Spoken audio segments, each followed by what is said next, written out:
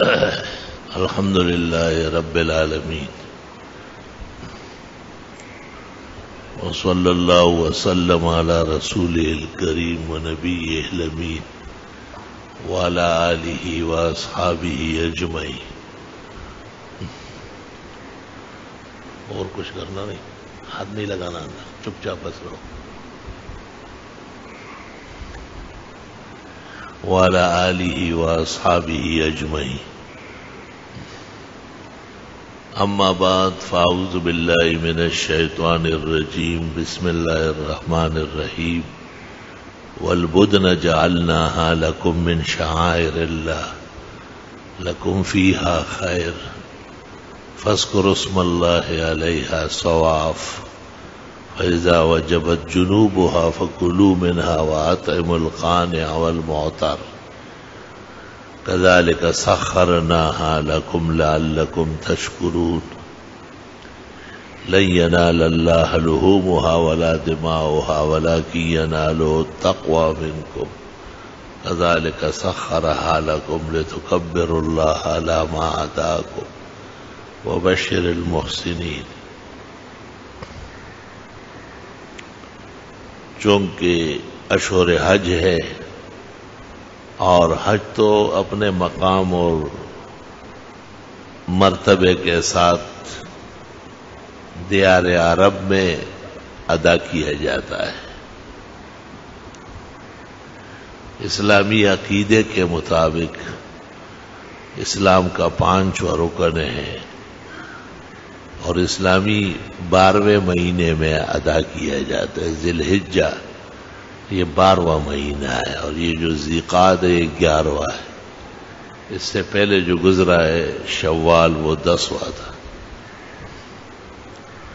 شوال، ذیقعدہ و ذی الحجہ ان کو اشہر حج کہا ہے. الحج اشہر معلومات، حج کے مہینے معلوم ہیں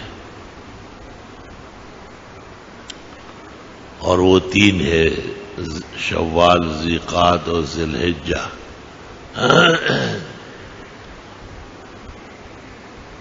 حج تو چند دن کا نام ہے. 8 ذی الحجہ کو احرام باندھا جائے، خواہ وہ افراد کا ہو صرف حج کا یا تمتع کا ہو صرف عمرے کا، اور عمرہ کر کے اس پر حج کا احرام باندھا جائے. علماء کہتے ہیں افضل یہ ہے کہ عمرہ چند دن پہلے کر لیں. ویسے بھی یہ جو 3 مہینے ہیں شوال، ذیقعدہ، اگر اس میں کسی نے عمرہ کیا ہو تو بھی وہ حج تمتع ہی کرے گا، یعنی وہ حج افراد نہیں کر سکے گا. اب اس کا حج تمتع ہوگا. افراد کا معنی ہے اکیلا، اکھیرا، یعنی اس شخص نے اشہر حج میں عمرہ نہیں کیا ہے اور یہ صرف حج کرنے آیا ہے. بہت سارے ائمہ کیا یہ افضل ہے، خاص کر امام مالک کے نزدیک. اور تمتع کا مطلب یہ ہے کہ اس نے حج سے پہلے عمرے کا فائدہ اٹھایا ہے. شوال یا ذیقعدہ میں اس نے عمرہ کیا ہے. جب 8 ذی الحجہ آ جائے گا جس کو یوم الترویہ کہتے ہیں تو پھر سب حجیان مفرد و متمتع. ایک تیسرا بھی ہے قارن، جو امام اعظم کے نزدیک سب سے افضل ہے. اور قارن کا معنی ہے حج اور عمرہ ملانے والا. اس کے 2 احرام ہوتے ہیں. غلطی پر بھی 2 دم آئیں گے. ایک جنایت عمرہ ہے، ایک جنایت حج ہے. عمرہ کر لیتا ہے وہ اور وہ حلال نہیں ہوتا. سر کے بال نہیں کاٹ سکتا، نہ سلے ہوئے کپڑے پہن سکتا ہے اور نہ ناخن و بال لے سکتا ہے، نہ خوشبو لگا سکتا ہے، کیونکہ حج کا احرام پہلے سے چڑھا ہوا ہے. ایک احرام سے نکل گیا لیکن دوسرا احرام موجود ہے. یہ 10 ذی الحجہ کو جب جمرہ عقبہ بڑے شیطان کی رمی کر لے تو حلال ہوگا. اس سے پہلے حاجی قارن حلال نہیں ہو سکتا. حاجی مفرد بھی حلال نہیں ہوگا کیونکہ وہ احرام حج باندھ کے آیا ہے. جیسے آخری فلائٹوں میں جو لوگ جا رہے ہیں تو ان کو سہولت ہے نا کہ وہ حج قران کر لے. حج قران کا مطلب یہ ہے کہ گھر سے یا اپنے ملک سے یا ایئرپورٹ سے، الغرض پاکستان، ہندوستان اور ترکیہ کا اور یمن کا جو یہ میقات ہے، یا لم ہوائی جہاز میں اعلان ہوتا ہے کہ میقات آنے میں آدھا گھنٹہ ہے، اس سے پہلے احرام باندھتے ہیں. احرام حج کا ہو یا عمرے کا ہو، میقات سے باندھا جائے گا یا اس سے پہلے. میقات یہ تمام ملک جو اس طرف ہے ان کے راستے میں مقرر کیے گئے ہیں. جیسے اہل عراق کے لیے ذات العرق ہے، اور نجد کے لیے قرن المنازل ہے، مدینہ سے آنے والوں کے لیے ذوالحلیفہ ہے. 6 سمت ہے، دنیا کے اطراف 4 ہے، لیکن سہولت کے لیے 6 کر دیے. اور 6 کے 6 اطراف سے آنے والے ایک جگہ آ کر کے ان کو کہتے کہ رک جاؤ یہاں، اور یہاں سے اپنے رب کے دربار کے احترام کا احرام باندھو. یہ کپڑے اتارو، سلے ہوئے کپڑے، ان سلے کپڑوں میں لپٹ جاؤ، 2 رکعت پڑھ لو، اور پھر تلبیہ پڑھ لو، لبیک اللہم لبیک لبیک لا شریک لک لبیک ان الحمد والنعمت لک والملک لا شریک لک.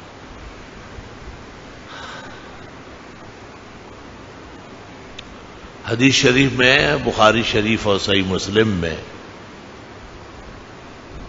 کہ جبریل نے آ کر کے مجھے بتایا کہ آپ کی امت پوری دنیا میں ہوگی،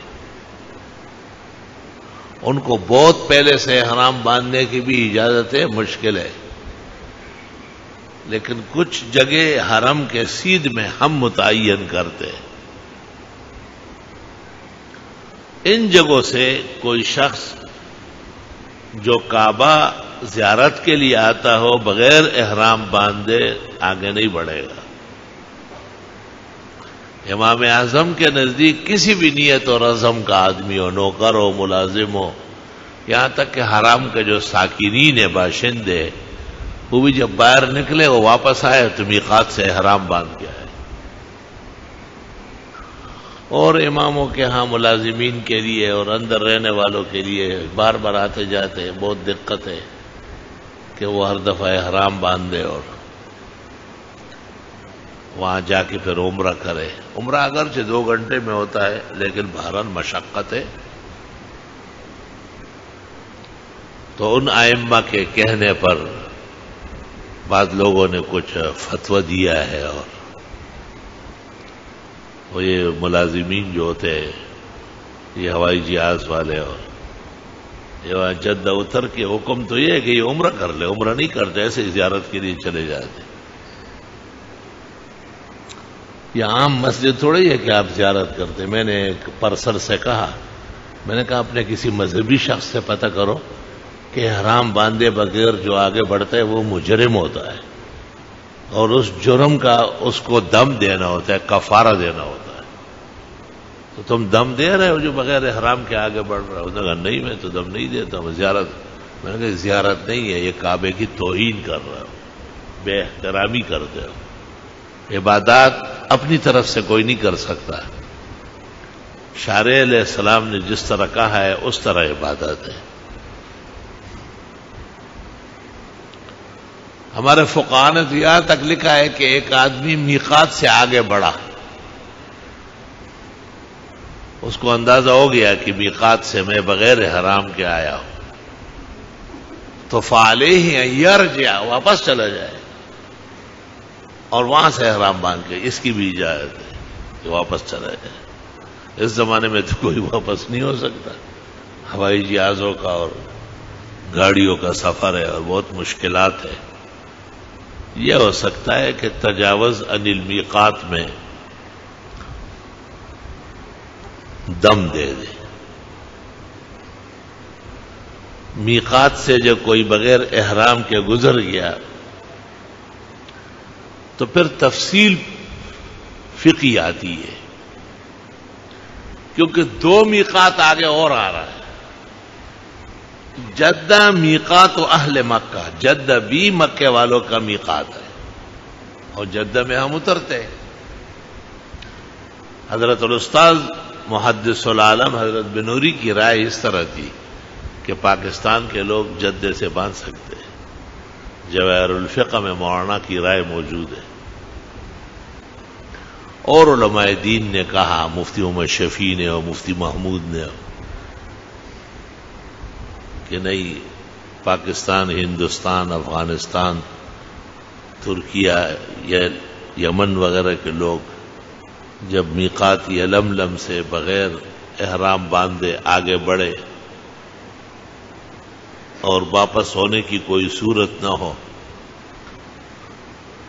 اور نصف دن یا اس کے قریب قریب اس طرح رہے بغیر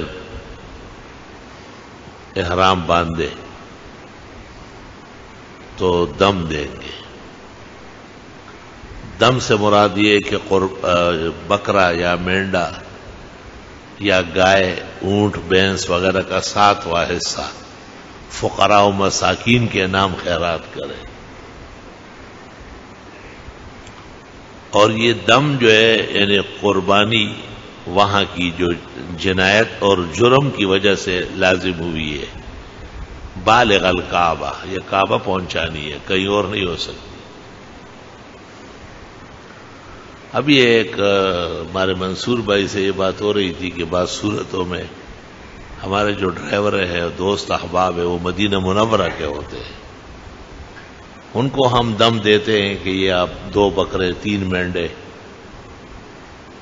لیکن وہ اتنی مشقت نہیں کرتے کہ مکہ میں کاٹے، ذبح کرے اور پھر گوشت مدینہ لے جائے. ان کو سہولت اس میں ہے کہ مدینہ منورہ میں جانور خریدے وہیں کر لے، اور اس سے دم ہوگا نہیں، کیونکہ مدینہ منورہ کعبہ نہیں ہے. اور اس کے لیے قرآن کی آیت موجود ہے کہ ہدی بالغ الکعبہ، یہ نیاز کعبہ ہے اور کعبہ ہی میں کٹے گا. حدود کعبہ دور تک ہے، مکہ سارا اس میں شامل ہے. مکے کے تمام ہوٹل، گلیاں، بازار، راستے، یہ سب حرام ہے. میقات کے اندر جو جگہ ہے اس کو داخل حرم کہتے ہیں، داخلی میقات. اور پھر ایک حد آتا ہے اور اس حد کے اندر حرم ہے. تنعیم باہر ہے حرم سے، جدہ باہر ہے، جیرانہ باہر ہے، طائف باہر ہے، حوالی باہر ہے.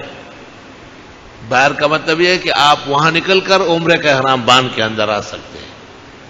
عمرہ حرم میں ہوتا ہے تو احرام باہر سے ہوگا، اور حج باہر ہوتا ہے، عرفات مزدلفہ منا میں، تو احرام حرم سے باندھ سکتے ہیں. یہ نکتہ ہے اس میں.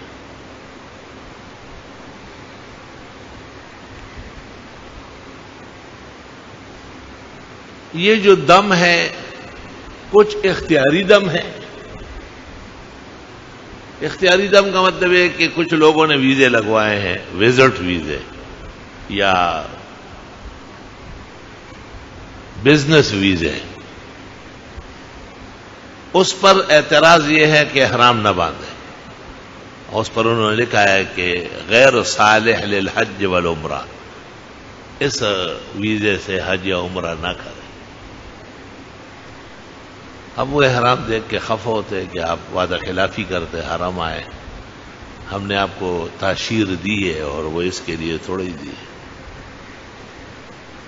ان کی وہ نظم اتنی شدید ہو گئی کہ ہمارے جن علماء نے اقامے لیے تھے، ہمارے علماء دین کے اقامے کا مقصد یہ ہے کہ ہم جب چاہے حرم جائیں، عبادت کریں، عمرہ کریں، حج کریں. انہوں نے کہا نہیں کر سکتے آپ اس اقامے پر کاروبار کریں. ہمیں ریال لے، پیسوں کے تو بہت شوقین ہے نا، بہت دنیا شوقین ہے، لیکن عرب بہت دیوانے ہیں پیسوں کے لیے. تو جتنے علماء تھے ہمارے تقریباً، انہوں نے اس سختی کی وجہ سے اقامے واپس کر لیے کہ بھائی ہمیں عمرہ اور حج کرنے ہی نہیں دے رہے، ہم تجارت کے لیے تو یہاں نہیں آتے. الحمدللہ دال روٹی ہمیں پاکستان میں عزت سے ملتی ہے. اللہ پاکستان دشمنوں سے بچائے اور ہمیشہ باغ و بہار رکھے اور روبہ ترقی رکھے. تو جنت نظیر ہے الحمدللہ. میری شروع سے رائے تھی، آج سے 30 سال پہلے ایک بزرگ نے مجھے پیشکش کی تھی کہ میں آپ کو اقامت دلاتا ہوں. میں نے کہا جب ہم کہیں وہ ہمیں حج کا، جب ہم کہیں عمرے کا ویزا دیتے، حاجت کیا ہے؟ پھر میں آپ کے لیے گفٹ لاؤں گا، پھر میں آپ کو پالوں گا، آپ کو راضی میں یہ کام نہیں ہوگا. ایک رب کو راضی کرنا بہت ہے. میں نے کفیلوں کو دیکھا ہے جو اپنے مکفول کے ساتھ جو سلوک کرتے ہیں وہ بہت ظالمانہ سلوک ہے. دعا میں کہنا چاہیے کہ اللہ اربوں کی ملازمت سے بچائے اور اربوں کے نیچے رہنے سے اور اس عذاب سے مجھے بچائے. بہت ذلت کی زندگی دے دو. وفی هذا القدر کفایت لمن له عقل سلیم وشعور تام.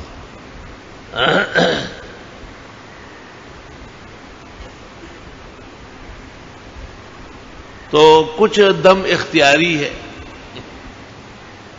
جیسے ویزا دیا ہے 5-6 مہینے کا، اس میں حج آ رہا ہے. حج ہمارے دوستوں نے کہا جدے میں کہ آپ کے لیے اجازت لی ہم نے، یہی ٹپا لگ جائے گا کہ شیخ حج کرے گا بما احباب کے. لیکن اگر اس قسم کا ویزا کسی کا ہو کہ ان کے قانون کے مطابق اس میں حج یا عمرہ نہیں ہے، تو ان کی اطاعت کرنا بہتر ہے. لیکن اگر کسی پر حج اور عمرے کا شوق غالب ہو تو وہ احرام نہ باندھے، جدہ یا ریاض یا دمام یا مدینہ منورہ اتر جائے اور وہاں حرم شریف پہنچنے کی کوشش کرے. وہ طریقہ میں ممبر سے نہیں بتا سکتا. وہاں پہنچ کے ٹائم دیکھ لے کہ جدے سے یہاں تک کتنا وقت ہوا. 2 گھنٹے 4 گھنٹے میں پہنچتا ہے آدمی. تو تنیم سے احرام باندھ کے آئے، کوئی دم وم نہیں ہے، کیونکہ وقت کم ہے، آدھے دن سے بھی کم ہے. جب آدھا دن یا اس سے زیادہ وقت گزرے بغیر احرام کے تو دم آئے گا. یہ تو چند گھنٹے ہوتے ہیں. وہاں سے نکل کے سیدھا تنیم سے ہوتے ہوئے آئے اور تنیم میں 2 رکعت پڑھ کر کے احرام باندھے بغیر دم کے. انت حاج وانت معتمر بفضل اللہ و توفیقی. وہی په دیوال غنه راته مګدا او د شرمخانو لارې چا بند کړي دي، داسې نه نو داسې صحیح. الحمدللہ اللہ تعالیٰ فقہا کی قبروں کو نور سے بھر دے اور ان کو جنت الفردوس کے مواقع و مواطن نصیب کرے. انہوں نے تمام گرانیوں کو پٹا کے رکھا. لا الہ الا اللہ. بعض صورت ایسی ہوتی ہے جیسے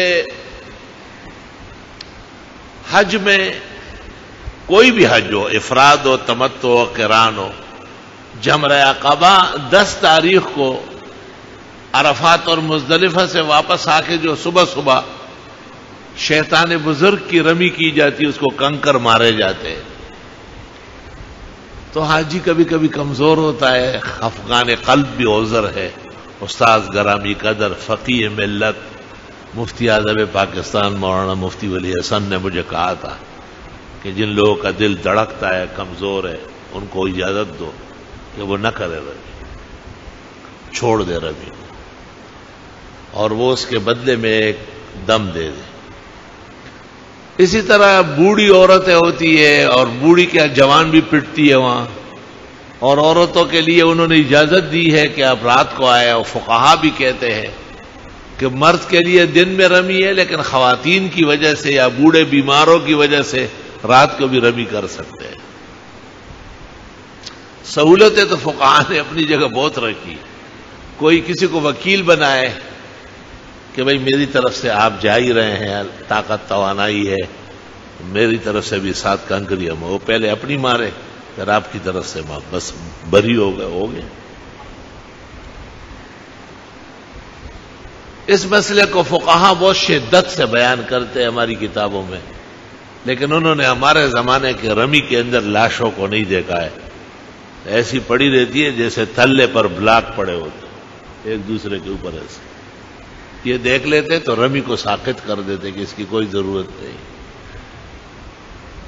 لیکن انہوں نے گنجائش اتنی چھوڑی ہے کہ اگر عقل سلیم سے کام لیا جائے اور فقہ کا صحیح استعمال کیا جائے تو غم چھٹ جائے گا، احکام ادا ہو جائیں گے، گناہگار نہیں ہوگا، ثواب میں کمی نہیں آئے گی۔ مثلا ابھی میرے ایک بھائی نے مجھ سے پوچھا کہ میرے ساتھ تو گھر والی بھی ہے، بیٹی بھی ہے، تو میں نے کہا آپ 3 دن کی رمی چھوڑ دیں، اخیر میں 3 دن کے رمی چھوڑنے والے کے ذمہ ایک دم آئے گا، اور اگر آپ نے پہلے دن دے دیے تو دوسرے دن تیسرے کا علیحدہ ہوگا۔ 10 ذی الحج 11 اور 12، 10 ذی الحج کی صبح صرف جمرہ عقبہ بڑے شیطان کی رمی ہے جو کائنات میں لوگوں کو لڑاتا ہے اور غلط نعرے لگواتا ہے، اور اس کے بعد 11ویں ذی الحجہ کو ظہر کے بعد اور تینوں شیطانوں کی رمی ہے، اور 12 ذی الحجہ کو بھی ظہر کے بعد، صبح نہیں، 2 دن 11 اور 12 کو ظہر کے بعد ہے۔ اگر کوئی رات کو وہی رہا سہولت کے لیے، 13ویں تاریخ کو رات گزاری، صبح صادق داخل ہو گئے تو سورج نکلنے کے ساتھ کر سکتا ہے، 13ویں کو پھر سہولت ہے 10ویں کی طرح۔ اگر کسی شخص کو اپنی صحت کی وجہ سے یا بوڑھے حجاج کی وجہ سے یا خواتین کی کمزوری، اور ظاہر ہے صنف نازک ہے وہ، انہیں اتنے ریلے ٹھیلوں میں کیا ڈالا جائے گا، تو 3 دن کے بعد فی فرد ایک ہی دم دے دے۔ دم کون سا مشکل کام ہے بابا، سل پلالی پورے ہو جائے وپے د بنگڑو، رنگ د خود رخشو بھی خوکاگی د سڑو۔ عام دنوں میں وہاں پر 100 روپے کا بکرا ملتا ہے یا مینڈا، حج میں 200 کا ہوگا کیونکہ رش ہوتا ہے، تو اتنی بڑی پیٹ پٹائی سے آدمی بچتا ہے، دکے کھانے سے بچتا ہے۔ ہمارے ایک بزرگ تھے، وہ کسی باہر آئرلینڈ سے یا نیوزی لینڈ سے کوئی جماعت آئی تھی، نوجوانوں کی تبلیغ جماعت ہے، نوجوان تھے، حج کرنے مل کے آئے۔ میں وہاں موجود تمیزانہ کے پاس، میرے پاس آئے اور مجھے کہا کہ ہمیں مشکل حج بتائے، ہم مستنڈے ہیں، ہمیں کوئی تکلیف تو نہیں ہے۔ میں نے کہا آپ کے ساتھ عورتیں ہیں، کہیں پریشان نہ ہو جائے۔ میں نے کہا حدیث شریف میں دعا آسانی کی ہے، مشکل کی نہیں۔ حج کی یا عمرے کی 2 دعائیں ہیں، اللہم یسر ہو خدایا آسان فرما، وتقبل ہو خدایا قبول فرما۔ تو پیغمبر کی خواہش اور امت کے لیے مہربانی یہ کہ لوگوں کے ساتھ سہولت پیش آئے، نہ کہ دقت۔ میں نے کہا دقت کی باتیں نہ کرو، بہت مشکل ہے، پناہ مانگو دقت و گرانیوں سے، خدایا آسانی عطا فرما۔ میں نے ان کو کہا کہ یا تو بیوی کی وجہ سے آپ رات کو جا کے رمی کر لیں، تو یہ بھی ساتھ ہو تو کوئی حرج نہیں، رات کو رش اس زمانے میں بہت کم ہوتا تھا، اور یا یہ کہ اگر دن میں کرنا ہے تو آپ کر لیں، بیوی کو نہ لے جائے، عورتوں کو چھوڑے، اور اگر اور دقت و گرانی ہے تو 3 دن کی چھوڑ دو، اخیر میں فی فرد ایک دم دے دو، کوئی کراہیت نہیں۔ تو میرے ساتھ ایک بڑے بزرگ عالم تھے، ایک نہیں 8-10 تھے، حضرت مولانا سنجان صاحب، مفتی فرید صاحب، مولانا وہ شیخ الحدیث شیر علی شاہ صاحب، اور بھی کئی علماء تھے. وہ طالبان دور تھا، وہ طالبان نے فری فنڈ میں ان کو بھیجا تھا، سرحد کے مولویوں کو. ہم یہاں سے اپنے حساب سے گئے تھے. وہ بڑے حیران ہو گئے، مجھے کہنے لگے یہ تو بڑا آسان کر دیا. میں نے کہا یہی مسئلہ ہے جو میں بتاتا ہوں، اور سے سن لے، اس میں تنکے نہ مارے. وہ تنکے مار مار کے لوگ وہ ٹھکانے لگا چکے.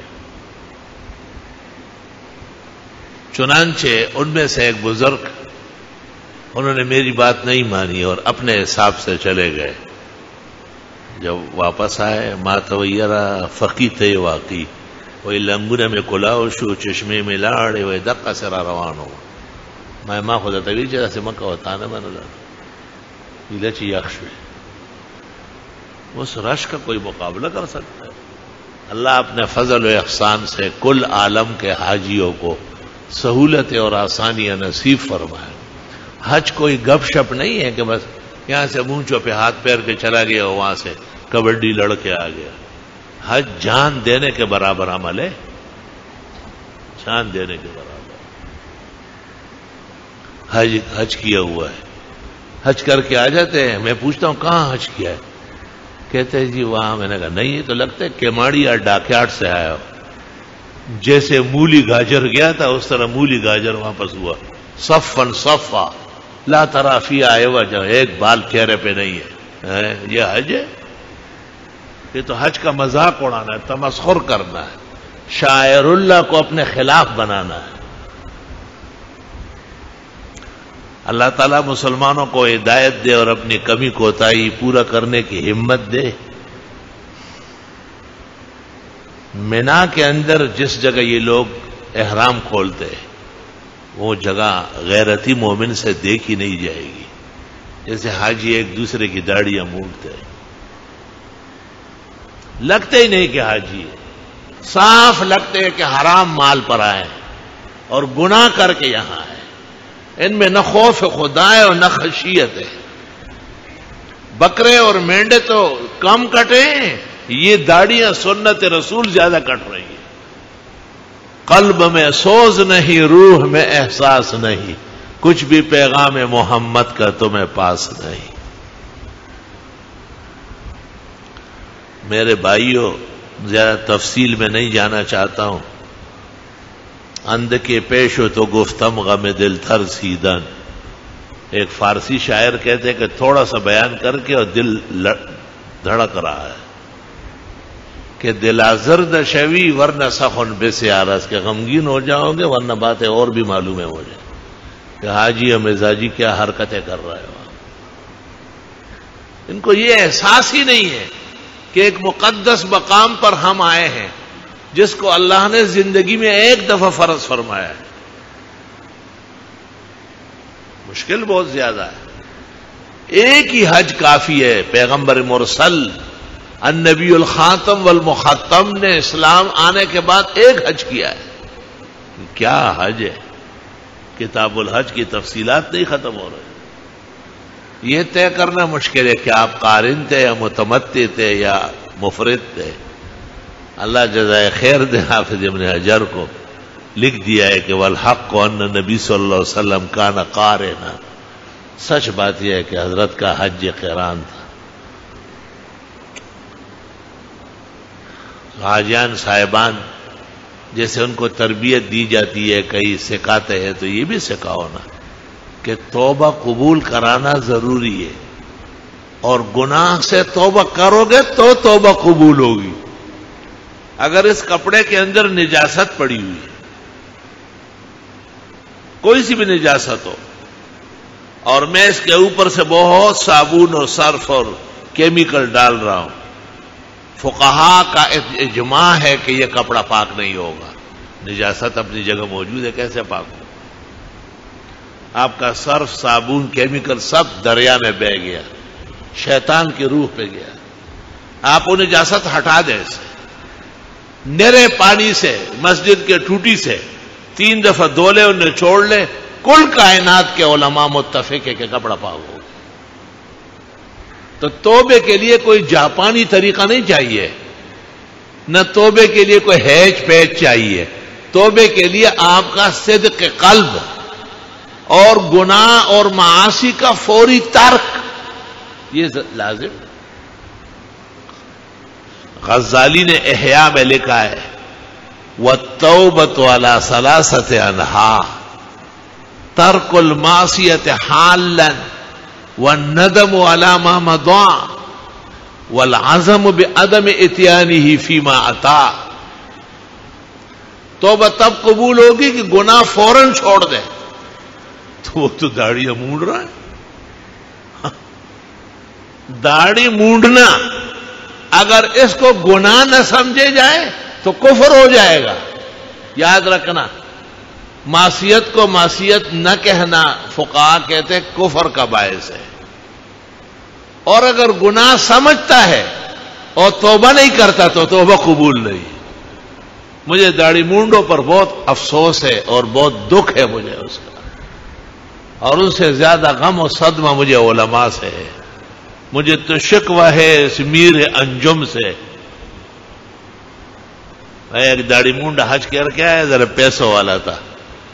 10-15 مولوی بڑے بڑے سوٹ پہن کے پخیرا لے، جسے پخیرا اچھا تھا نا خیر دے یہ حج حج شوے یا کہنا کلمہ ہوا ہے اشہد ان لا الہ الا اللہ اشہد ان محمد رسول. میں نے کہا یہ بات صحیح ہے کہ جب گناہ سے توبہ نہ کی جائے تو گناہ توبہ قبول نہیں ہے؟ اس نے کہا بالکل یہ تو ہے. میں نے کہا داڑھی مونڈنا گناہ ہے یا نہیں؟ کہا بالکل گناہ ہے. میں نے کہا اس حاجی صاحب کی داڑھی نہیں ہے، آپ اس کو کہتے ہیں مبارک ہو، یعنی حج سے خالی ہاتھ آنا مبارک ہو. یہ کہہ رہا لبر چٹو گیا اور لبر چٹو واپس آ گیا، یہ مبارک ہو. آپ اس کو دیکھ کے کہے انا للہ و انا الیہ راجعون. تف ہو یا چرخ گردو تف ہو کہ اتنے بڑے مقام کو بھی آپ کو دھکا دے کے بھیجا کہ نہیں تو یہاں بھی ناقابل قبول ہے. مجھے کہتا ہے آپ کی طرف. میں نے کہا رہنے دو، ان باتوں کے ذریعے دھوکہ دے رہا ہو. مسائل شریعت کے سب یکساں ہیں. کوئی حق بولتا ہے، کوئی حق دباتا ہے اور قتل کرتا ہے، بس اتنا بات. اللہ قرآن میں یہود کو کہتے ہیں لِمَ تَلْبِسُونَ الْحَقَّ بِالْبَاطِلِ، کیوں حق کے ساتھ نہ حق ملا کے ظاہر کرتے ہو. وَتَكْتُمُونَ الْحَقَّ، اور اصل مسئلہ چھپاتے ہو. وَأَنْتُمْ تَعْلَمُونَ، تم سب جانتے ہو. یہ اس لیے کہ یہود تھے تو ان کو کہا گیا، اور اگر امت محمدیہ حق چھپائے حق دبائے تو یہ زیادہ سزا کے مستحق ہے، کیونکہ اپنوں سے تو زیادہ ہی گلہ ہوتا ہے. اس لیے نویری نے لکھا ہے نہایا میں کہ للحق کے ثلاثت حق، حق کے بھی 3 حق ہے. یہ حق ہے وہ حق ہے. وہ کیا حق ڈھکے ہوئے؟ تو نے کبھی حق کے راستے پہ سوچا بھی ہے کہ حق کس کو کہتے ہیں؟ حق کس کو کہتے ہیں کہ کندھے پہ کلاڑا پڑا ہوا ہو اور اس کے گلے میں ایک کلاشن کو، یہ حق ہے. للحق کے ثلاثت حق، الاول معرفت، اس کو سمجھنا چاہیے. بھائی حج کا کیا طریقہ ہے؟ حرمین کی زیارت کیسے کی جائے گی؟ کس کس غلطی سے بچنا ہے؟ حدیث شریف میں رسول اللہ صلی اللہ علیہ وسلم کی خدمت میں حج کے دوران ایک اعرابی آیا، زبردست جبہ پہنا ہوا ہے، خوشبو کے اندر تر بتر ہے. حضرت سے کہتے ہیں کیا حال ہے میرا؟ میں نے تو جبہ بھی پہنا ہے اور خوشبو بھی خوب لگائی. حضرت نے آنکھیں بند کی، آنکھیں بند فرمائے، وہی شروع ہو گئے. اتنا اہم مسئلہ ہے. حالت حرام میں محمد الرسول اللہ کے ساتھ حج ہو رہا ہے اور اس میں غلطی پر غلطی ہو رہی ہے. یکدم آنکھیں بند ہوئی. جب آپ کی آنکھیں بند ہو جاتی بیٹھے بیٹھے تو صحابہ سمجھ لیتے کہ وہی شروع ہو گئی. اوپر سے رومال چادر کوئی ڈال لیتے کہ لوگ نہ دیکھیں. تھوڑی دیر بعد آپ نے رومال ہٹایا اور باہر تشریف لایا اور فرمایا این السائل، وہ پوچھنے والا کہاں ہے؟ ردو، فوراً بلاؤ. فرمایا اما جبتک فانتزعها، جبہ فوراً ہٹاؤ. واما طیبک فاغسلہ، اور جسم سے خوشبو فوراً دور کرو. ثم فعل کما یفعل الحاج، پھر وہی کام کرو جو اور حاجی کرتے ہیں. علماء دین کہتے ہیں ان مسائل میں باقاعدہ وحی نازل ہو گئی سمجھانے کے لیے کہ حضرت یہ طریقہ ہے اس کا. اس نے جبہ پہنا ہوا ہے، وہاں تو کفن کی طرح دو کپڑے ہوتے ہیں جسم پہ، اور وہ بھی انسلے. خوشبو تو ہر طرح منع ہے، چھوٹی بڑی، نیلی پیلی، رنگ والی، مہک والی، سب خوشبو مطلق منع ہے. بعض فقہا تو احتیاطاً اس کھانے پینے اور پھل فروٹ کی بھی اجازت نہیں دیتے جن کی خوشبو مہکتی ہو، اگرچہ مجھے اس پہ نظر ہے اور بحث ہے. احتیاط کرتے ہیں کہ لوگوں کا احرام خراب نہ ہو جائے، لوگوں کی عبادات متاثر نہ ہو جائے. تو حق کے بھی تین حق ہے. ایک یہ کہ اس کو پہچان لو، سمجھ لو. بھائی کتابیں لکھی گئی یار، علماء کے لیے تو دریا ہے بڑے بڑے. ما من کتاب من فقہ ولا حدیث الا فیہ کتاب الحج والعمرہ مع الہدایا والجنایات. اور اردو میں ہمارے بزرگوں نے فقیہ الہند اور محدث الہند مولانا رشید احمد گنگوئی نے زبدۃ المناسک لکھی ہے، اب یہ ہماری طرف سے چھپ رہی الحمدللہ. تمام بزرگوں کا وہی مطالعہ میں رہا ہے. حضرت مفتی شفیع نے لکھا ہے احکام حج، بہت اچھی کتاب، بہترین ہے.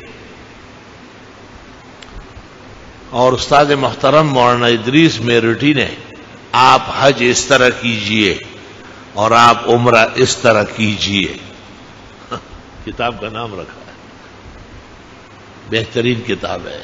یہ وہ لوگ ہیں جن کا سال ناغہ نہیں ہوا ہے، تو جو آدمی جتنا زیادہ حج اور عمروں میں رہا ہو اتنا ان پر مسائل اور باریکیاں کھلتی ہے. سینکڑوں مسائل ایسے پیش آ جاتے ہیں ہم بھی حیران ہو جاتے ہیں کہ وہ اس کا کیا حال ہے. لا الہ الا اللہ. اور سنا ہے کہ حج اور عمرے کے عبادات میں یہ شامل ہے کہ بڑے بڑے فقہا بحار و زخار وہ بھی متحیر ہو جاتے ہیں. یہ دیکھا نہیں کہ پیغمبر سے پوچھا گیا، ہاں کون آ گیا اور اس نے کہا جی یہ میرا جبہ ہے، یہ میری خوشبو ہے، میں آپ کے ساتھ حج میں ہوں، میرے لیے کیا حکم ہے؟ آپ کو کیا اللہ نے سینہ دیا ہے، کیا کمال شفقت و محبت ہے. فوراً آپ وحی کی کیفیت میں چلے. صحابہ نے اوپر سے چادر ڈالی اور چند لمحوں کے بعد ثم سر عنہ، بخاری میں ہے، کیفیت ختم ہو گئی. آپ نے کہا کہاں ہے وہ جبہ پہنا ہوا خوشبو میں لت پت، بلاؤ اسے. اور خود سمجھایا اس کو. تو حاجیان صاحبان ہمارا سرمایہ ہے، ہمارے بھائی ہے، چھوٹے اور بڑے اور کم نیکیوں والا اور زیادہ نیکیوں والا. ہمیں دکھ ہے کہ یہ لوگ سچی توبہ کر لے اور واقعی حج کا حق ادا کر لے. وہ ایک شخص مجھے ملا، کہتے ہیں یہ حج تو میرا ایسا ہی ہے. میں نے کہا کیوں؟ اوہ جی اتنی غلطیاں ہوئی ہے، پھر آؤں گا. میں نے کہا خدا کا خوف کرو. عرفات میں مجھے کہہ رہا، میں نے کہا وہ بابا یہاں ہر شخص کے گناہ معاف ہوتے ہیں سوائے 5 آدمیوں کے. شرک اور بدعت کرنے والا یہ ایسے ہی آتے جاتے ہیں خالی ہاتھ، ان کا کچھ بھی نہیں. آکل الربا، سود خور اور سود چور. آکل والدین، ماں باپ کا آگ کیا ہوا جب وہ معاف نہ کرے. مدمن الخمر، شراب کا عادی. قاتل النفس، نہ حق قتل کرنے والا اور اس نے کوئی اس کا کفارہ اور قصاص ادا نہیں کیا، دیت ادا نہیں کی. یا کسی ایسے گناہ کا مرتکب جس کا گناہ ہونا سب کو پتا ہے اور یہ توبہ نہیں کرتا. تو میں نے کہا آپ اس طرح نہ کریں، آپ اللہ کے حضور روئے، معافی مانگے اور آپ کا خدایا میری نماز میں بھی کمیاں ہیں، میرے روزے میں بھی ہے، کون سی چیز ہے جس میں ہماری کمال حاصل ہے، ہمیں توبہ کرو اور اللہ سے معافی مانگ کے کہے یا اللہ میرا یہ ٹوٹا پھوٹا حج جو ہے اس کو بھی قبول فرما۔ وہ جو جبہ پہنا ہوا تھا وہ خوشبو میں پورا نہا کے آیا تھا، پیغمبر نے اس کو نہیں کہا کہ آپ اگلے سال فرمائیں، نہیں، بس جبہ اتارو اور خوشبو دھو لو اور حج جاری رہو۔ تو لوگوں کے امیدیں بھی بڑھانی ہے، ان کو کام میں بھی لگانا ہے اور انہیں اللہ کے قریب کرنا ہے۔ اس لیے حق کے تین حق، ایک پہچاننا اور جاننا، دوسرا اس پر ڈٹا رہنا۔ جب ہم کہتے ہیں کہ یہ حق ہے تو پھر پیچھے مت ہٹو۔ جس گل کو دل دیا ہے اور جس پھول پر فدا ہو، یا وہ بغل میں آئے یا جان کفس سے چھوٹے۔ اور تیسرا یہ کہ پھر اس کے مخالف، اس کے دشمن، اس کے بدخواہ، اس کے جو منفیات ہیں ان کا رد بھی کرنا پڑے گا۔ وَبِهَذَا الْقَدْرِ نَكْتَفِي الْيَوْمَ وَلِلَّهِ الْحَمْدُ أَوَّلًا وَآخِرًا وصلی اللہ تعالی علی خیر خلقہ محمد۔ اللہ اکبر اللہ اکبر اللہ اکبر اللہ اکبر، اشہد ان لا الہ الا اللہ، اشہد ان لا الہ الا اللہ، اشہد ان محمد رسول اللہ، اشہد ان محمد رسول اللہ، حی علی الصلاة، حی علی الصلاة،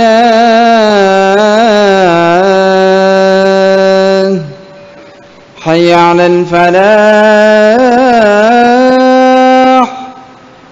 حی علی الفلاح، اللہ اکبر اللہ اکبر، لا الہ الا اللہ۔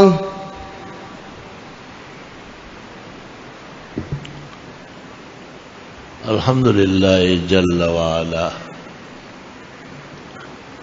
الذي خلق الأرض والسماوات العلى وهو الله إله في الأرض وإله في السماء الرحمن على العرش استوى له ما بين أيدينا وما خلفنا وما تحت الثرى الذي جعل القمر نورا والشمس ضياء ألا له الأسماء الحسنى تبارك الله تعالى ألا له الخلق والأمر تبارك وتعالى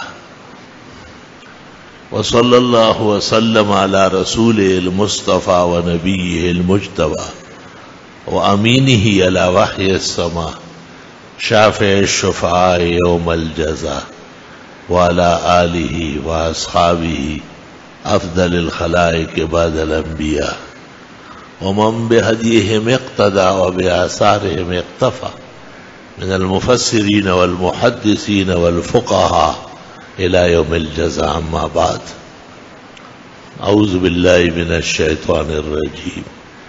وأتموا الحج والعمرة لله.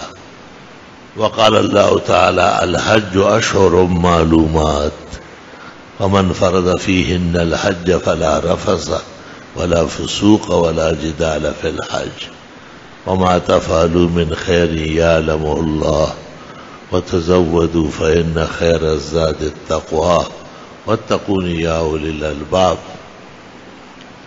وقال صلى الله عليه وسلم: ولكل أمة جعلنا منسكا ليذكروا اسم الله على ما رزقهم من بهيمة الأنعام فإلهكم إله واحد فله أسلموا وبشر المخبتين الذين إذا ذكر الله وجلت قلوبهم والصابرین علی ما اصابهم والمقیم الصلاة ومما رزقناهم ينفقون. قال النبي صلى الله عليه وسلم من وقف عرفة فقد حج، وفي رواية الحج عرفة. وقال صلى الله عليه وسلم الحج المبرور جزاؤه الجنة. وقال صلى الله عليه وسلم إن الحج يغسل الذنوب كما يغسل الماء الدرن. بارك الله لنا ولكم في القرآن العظيم ونفعنا وإياكم بالآيات والذكر الحكيم. إنه تعالى جواد قديم كريم ملك بر ورب رؤوف رحيم.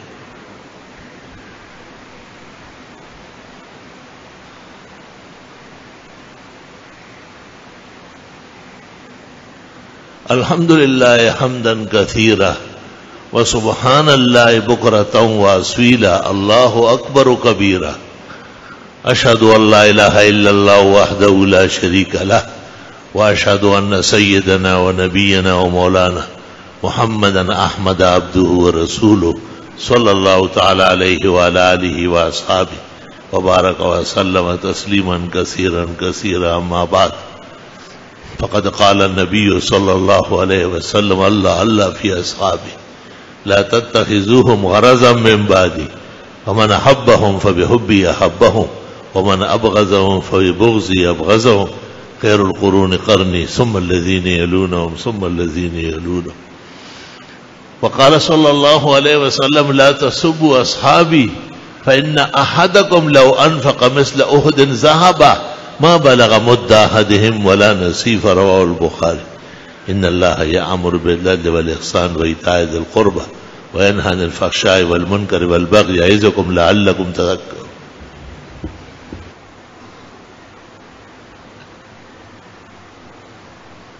انہوں نے پوچھا ہے کہ آپ جو دعا کے آداب بیان کرتے ہیں کہ دعا کی ابتدا درود شریف سے نہ ہو، تو یہ صرف دعا تک ہے یا اور بھی تمام امور میں جس عمل میں ہے کہ اول و آخر درودی، اول کا لفظ کاٹے، یہ غلط اور خلاف شرع و حدیث کے خلاف ورزی ہے. حدیث میں اول اللہ کا حمد و ثنا ہے. جتنے بھی اعمال اور وظیفوں میں ہے کہ اول و آخر، وہاں بھی اول کا لفظ غلط ہے. اخیر میں تو درود شریف یقیناً افضل الاعمال ہے. پیغمبر ہے بھی آخر الرسل، آخر الانبیاء، آخر الشرع، آخر الادیان. لیکن یہ جو ابتدا میں من گڑت بات مشہور ہوئی، پیغمبر نے اس کو منع فرمایا اور فرمایا جب تم کوئی کام شروع کرو تو اللہ کے حمد و ثنا سے، اس کے بعد درود شریف پڑھو اور پھر جو مانگو جو کرو اللہ مدد کرے گا. عمل الیوم واللیل لابن سنی صفحہ 131. جی، جب والدین کا آپس میں اختلاف ہو تو اولاد کو کس کی طرفداری کرنا چاہیے؟ جبکہ بظاہر یہ معلوم ہو رہا ہے کہ والد ناانصافی عموماً والد ہی ملزم سمجھا جاتا ہے، یا تو اس لیے کہ وہ طاقتور ہے یا اس لیے کہ چونکہ وہ مرد ہے. بہرحال والدین دونوں واجب الاحترام ہیں. اولاد کو ایسا سلوک کرنا چاہیے کہ دونوں میں سے ایک کی بھی بے ادبی نہ ہو جائے. دونوں کا دل رکھنا اور آپس میں صلح کرانا مناسب معلوم ہوتا ہے.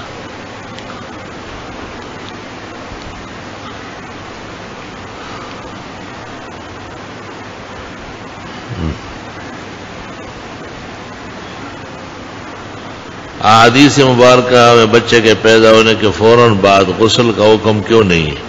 غسل کا حکم تو ہے، کس کو نہلانا چاہتے ہیں؟ بچہ پیدا ہونے کے بعد اس کو نہلاتے ہیں نا. آپ کو معلوم نہیں ہے تو طواف قدوم سے کیا مراد ہے؟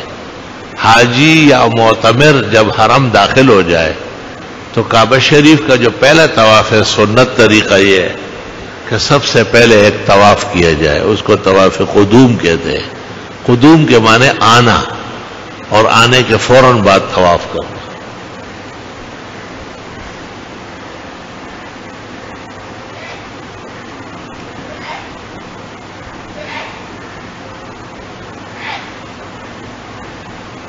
ایک تبلیغی بھائی فرماتے کہ بچوں کو جو حفاظتی ٹیکے لگوائے جاتے ہیں بیماری سے پہلے، وہ کہتے ہیں کہ جب بیماری نہیں ہے تو علاج کیوں کرتے ہیں؟ وہ تو تبلیغی ہے، مولوی نہیں ہے، تو اس کو کیا ضرورت ہے مسائل میں دخل دینے کا؟ قبل از وقت بھی احتیاطی تدابیر کے طور پر معالجہ شامل ہے، اس میں قبل از وقت بھی علاج سنت ہے۔ کیا مستحق سید کو زکوٰۃ دینا درست ہے؟ نہیں، مطلب کہ مستحق تو اس اعتبار سے ہے کہ وہ غریب ہے، مسکین ہے، تنگ دست ہے، تو سادات کو زکوٰۃ منع فرمایا، چاروں ائمہ متفق ہے، اور چاروں مذاہب میں مفتابی قول یہ ہے کہ سادات کو زکوٰۃ یا واجب صدقات نہیں دیے جائیں گے، اور جو دیے جاتے ہیں وہ دوبارہ دیے جائیں گے۔ ہاں، اور چیزوں سے کرو۔ فجر کی سنت اگر قضا ہو جائے تو اشراق کے وقت پڑھنا جیا، امام حسن ابن زیاد نے امام اعظم سے نقل کیا ہے۔ رمضان کے آخری جمعے کو 4 رکعت نفل ایک سلام کے ساتھ پڑھے، رکعت میں فاتحہ، یہ وہ کیا درست سے درست نہیں ہے، کمزور بات ہے۔ کچھ لوگ کھانے کے ڈش حلیم کو دلیم کہتے ہیں کیونکہ حلیم اللہ کا نام ہے۔ کیا اس کی کوئی بکواس کر رہے ہیں؟ اللہ کا نام حلیم ہے، حلیم بھی آرام آرام سے کھاؤ، گرم ہوتا ہے، حلم پیدا کرو اپنے اندر۔ اللہ تعالیٰ کے کچھ نام ایسے ہیں جو خاص ہے، جیسے اللہ اور رحمان، کچھ نام ایسے ہیں جو اور چیزوں کے بھی ہے، وہ جائز ہے۔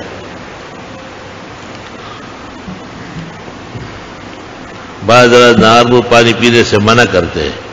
مولانا اشرف علی صاحب نے بہشت زیور میں لکھا ہے کہ بعض لوگ نیند سے بیدار ہوتے ہی پانی پیتے ہیں، یہ نہیں کرنا چاہیے، کبھی کبھی اس سے یکدم فوت ہو جاتا ہے۔ وساوس و شبہات کو دفع کرنے کے لیے تلاوت کی زیادت یا نوافل زیادہ پڑھا جائے۔ ایک شخص کے 4-5 مدرسے کے کچھ روپے ہیں، اس سے مدرسے کوئی جائز کاروبار کر سکتا ہے؟ مدرسے کے ہیں تو مدرسے کے حوالے کر لے، وہ کیوں تصرف کرتا ہے؟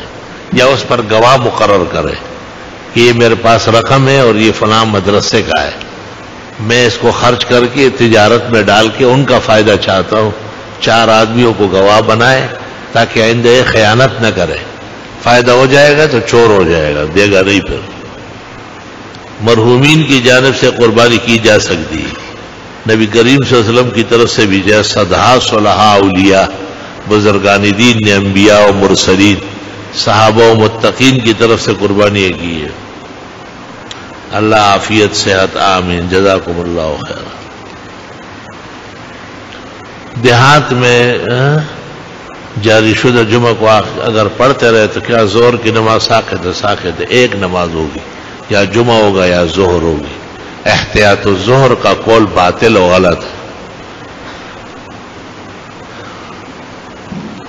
ہم 8 بھائی ہیں، سب ایک ساتھ رہتے ہیں، غم میں سے بعض بھائی انفرادی طور پر پیسے جمع کرتے ہیں، وہ نصاب سے زیادہ ہے، اب ان پر قربانی الگ ہے یا نہیں؟ کیونکہ آپ نے گزشتہ جمعے میں فرمایا کہ جو ایک چولہا پر رہے، ہاں یہ بات صحیح ہے کہ وہ ایک ہی گھر سمجھا جائے گا، جو ایک ہی چولہے اور ایک ہی کھانے پینے پہ شریک ہے وہ ایک ہی گھر ہے، ان کی طرف سے ایک قربانی کافی ہے۔ حدیث میں ہے علی کل اہل بیت اضحیہ، ایسے ہر گھر پر ایک قربانی ہے۔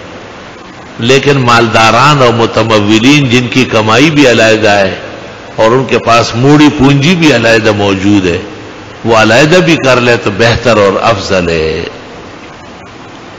کیا والد اپنے صاحب حیثیت اولاد کی طرح سے قربانی کر سکتا ہے؟ ہاں کر سکتا ہے، ان کو بتا دے کہ آپ کی قربانی بھی میں کر رہا ہوں، جیسے خاوند بیوی کی طرف سے کر سکتا ہے۔ اللہ آپ کو اور عیال کو، تمام مسلمانوں کو حرمین شریفین بار بار آنا جانا نصیب، ایمان کے ساتھ، صحت کے ساتھ، توفیق کے ساتھ۔ حضرت چند روز قبل میری دراز سے کچھ رقم غائب ہو گئی، بہت پریشان ہوں، کیا اس سلسلے میں سورہ یوسف پڑھے اور حلوہ بروح پاک گن شکر بدے، آیت اقدس فرید الملت والدین، حضرت گنج شکر اور نظام الدین اولیاء کے ثواب کے لیے عصر مغرب کے آس پاس فقراء مساکین کو حلوہ کھلائے، ثواب ان کو بخشے، خیر ہو جائے گی۔ ایسا نہ ہو کہ رقم کم ہو اور حلوے کا خرچہ زیادہ ہو، بہتر یہ ہے کہ وہی اسی رقم پہ نیت کر لے۔ کبھی کبھی بغیر ارادے کے بھی خیرات اور صدقات ہو جاتے ہیں۔ میرے شادی کرنے کا پتہ نہیں سال ہو گیا، ابھی تک 6 سال ہو گئے، اچھا ابھی تک کوئی اولاد نہیں ہے۔ اللہ سے دعا مانگے اور ہر فرض نماز کے بعد جب دعا مانگنے لگے تو سورۃ آل عمران میں جو حضرت زکریا علیہ السلام کی دعا ہے، رب ہب لی من لدنک ذریۃ طیبہ انک سمیع الدعاء، شوق و ذوق سے پڑھے، کم از کم 3 مرتبہ تو پڑھے، اور صبح و شام 10 مرتبہ، یا عزیز ہو یا جمیل ہو، عزیزاً جمیلاً ملکاً کبیراً، رب لا تذرنی فردا وانت خیر الوارثین، 10 مرتبہ صبح و شام اس طرح پڑھے اور بے انتہا کثرت سے استغفار پڑھے، انشاءاللہ جلدی اللہ تعالیٰ خوشی نصیب کرے۔